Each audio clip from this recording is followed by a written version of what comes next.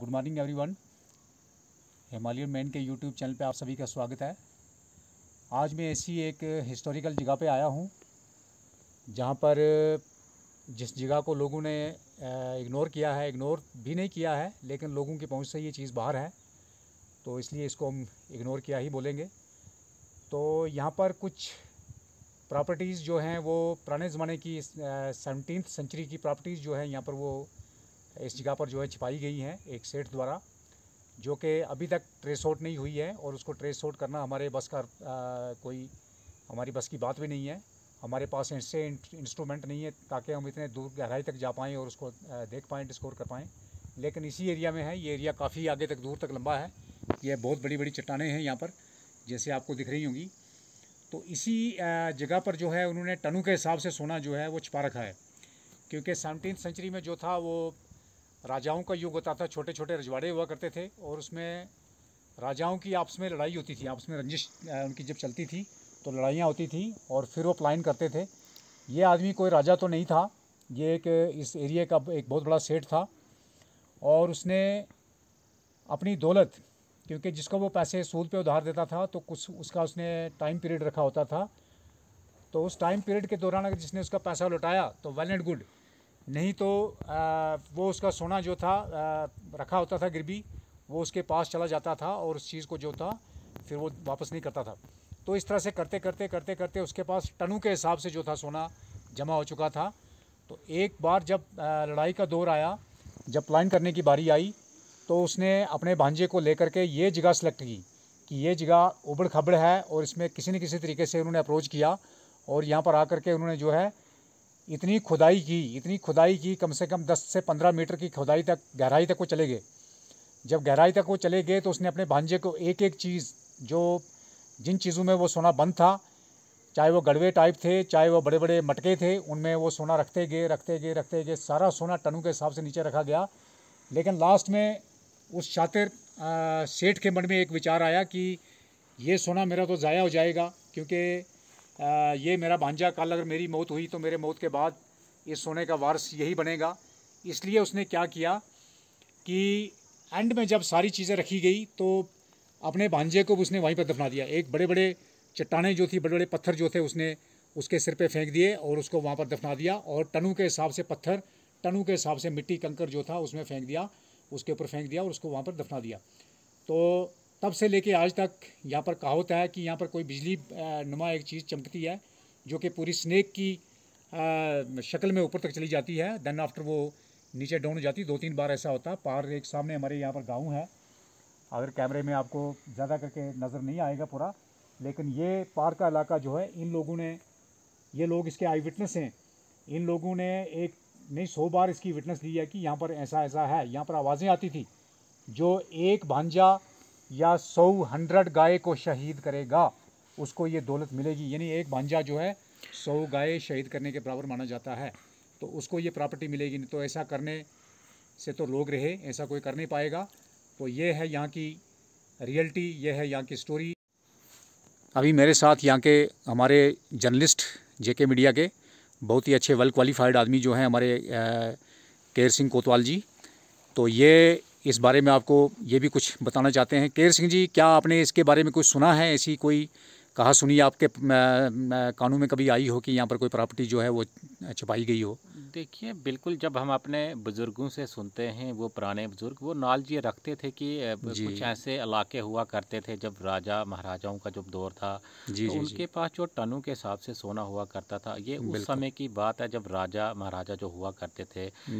ये I think 1600 या 1700 ईस्वी की बात है, जब राजे हुआ करते थे। सुनने में ये आता है कि इस इलाके में कोई सेठ रहता था। वो सेठ तो हम उसको कह नहीं सकते, क्योंकि वो अक्सर गरीबों की जो दौलत थी उसके ऊपर जो अपना हाथ रखता था, उनको लूटता था। जितने भी जो ज़मींदार लोग इस इलाके के हुआ करते थे, तो उनको ये कहता था कि भाई, जितना भी आपके पास जो प्रॉपर्टी है, जितना भी आपके पास जो सोना या आपके पास जो गेहूँ मक्की फसल जो है, वो यहाँ पर जमा कीजिए, तो बाद में आपको थोड़ा थोड़ा दिया जाएगा। तो उसके बाद वो सारा अपने पास रखता था। वो एक कंजूस इस इलाके का माना जाता था। यानी वो लगान की तरह ये यूसुली करता था लोगों से। बिल्कुल बिल्कुल। बाद में जब किसी राजा ने यहाँ पर जो कब्ज़ा किया तो लड़ाइयाँ होने लगी। पहले ऐसे ही हुआ करता था कि जब एक राजा जब दूसरे राजा पर हमला करता था तो या तो उनको भागना पड़ता था, या तो लड़ाई कर कर या मरना पड़ता था, या उनको मारना पड़ता था। तो ऐसे ही कहावत जो इस जो पहाड़ी की है, ये जो चट्टान है यहाँ की, जो कहावत है, कहा जाता है कि किसी ज़माने में किसी राजा ने इसके ऊपर कब्ज़ा किया था, क्योंकि लोगों की भी शिकायत थी कि भाई इसने हमको लूटा है। राजा कोई अच्छा था, ऐसा सुनने में आ रहा है कि राजा जो था वो काफ़ी नेक और धनवान जो राजा था, उसने इसको जो पकड़ने की कोशिश की, लेकिन जब उसको इस षड्यंत्र का पता चला कि शायद राजा मेरे ऊपर हमला करेगा, उसने ये उसके माइंड में आया कि मैं अपने भांजे को लेता हूँ, अगर मैं कल बचा भी या नहीं बचा तो हमारी जो आने वाली पीढ़ी है वो इसकी वारिस होगी। टनों के साथ सोना चांदी जो उसके पास था वो इसी पहाड़ी के अंदर यहाँ पर आया था। पहले उसने सोने को यहाँ पर जो दफनाया, एक पूरा गड्ढा यहाँ पर बनाया गया था, सोने को यहाँ पर डाला गया था। फिर उसका दिमाग उसी तरह चलने लगा जिस प्रकार से पहली उसकी सोच थी कि लोगों को लूटो, लोगों को लूटना चाहिए। इसलिए उसके दिमाग में ये आया कि क्या पता मैं बच जाऊँ, क्या पता कल मैं बच जाऊँ, तो भांजे को क्यों। बिल्कुल। यानी हम कह सकते हैं कि इतना वो कंजूस था कि उसने अपने भांजे को भी उसी जो खड्डा उसने खोदा था उसी के अंदर दबाया। और आज भी यहाँ पर कोई आता है, आर पार के जो गांव हैं, जैसे आपने बताया कि जो आसपास के गांव हैं उनको सबको पता है कि रात को यहाँ पर कुछ लाइट जलती है।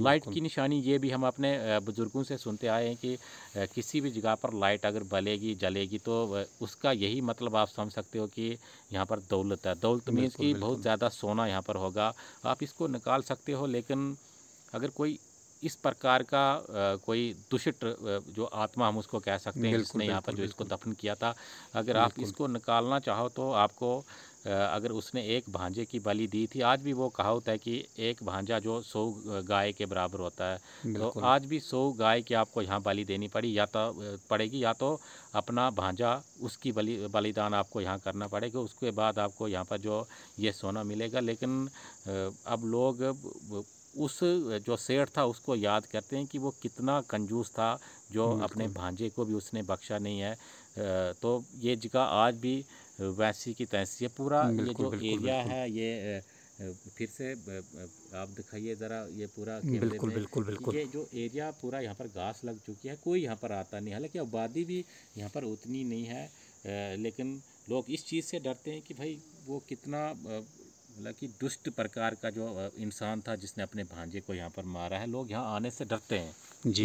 यहाँ पर आना एक खतरा हो सकता है। दौलत का हम क्या करेंगे, हमारा भांजा नहीं रहेगा। या हिंदू धर्म, सनातन धर्म के अंदर गौ को उच्च दर्जा जो दिया गया है कि गौ हत्या करना जो सबसे बड़ा पाप जो हमारे जो गीता है या बड़े बड़े हमारी जो किताबें हैं धार्मिक, उनमें कहा गया है। तो इसलिए इसका जो इतिहास तब से लेकर अब तक चला आ रहा है कि इस जगह पर जो सोना दफन किया गया। और रात को आपको जब घना अंधेरा होगा, यानी 12-1 बजे के बाद यहाँ आप देखोगे, अगर कोई बाहर अगर कोई निकलेगा, कोई देखेगा तो उसको लाइट सांप की शक्ल में लाइट यहाँ पर दिखाई देगी। और ये जहाँ पर भी दौलत होती है, ये बहुत पुराना हम सुनते आ रहे हैं कि जहाँ पर भी दौलत होती है वहाँ पर सांपों का, नागों का बसेरा होता है। उस जगह पर सांप जो उसकी रक्षा करने के लिए होता है। बिल्कुल जी, धन्यवाद आपका, बहुत बहुत शुक्रिया, धन्यवाद। तो मेरा लोगों से ये निवेदन है, हमारे जितने भी हमारे व्यूअर्स हैं, हमारे सब्सक्राइबर हैं, तो उनसे मैं ये रिक्वेस्ट करता हूँ कि ये हिमालयन मैन के यूट्यूब चैनल को सब्सक्राइब किया जाए, शेयर किया जाए, लाइक किया जाए, ताकि हम दोबारा भी आने वाले समय में ऐसी वीडियोज़ आपके लिए लाते रहें। जैसे ये हिडन ट्रेज़र के बारे में हमने बताया, तो ये घरों से काफ़ी दूर जाना पड़ता है और काफ़ी मेहनत का काम होता है किसी वीडियो को बनाना, किसी वीडियो को जा कर के वीडियोग्राफी करना। तो इसको ज़्यादा से ज़्यादा लाइक और सब्सक्राइब करें। जय हिंद।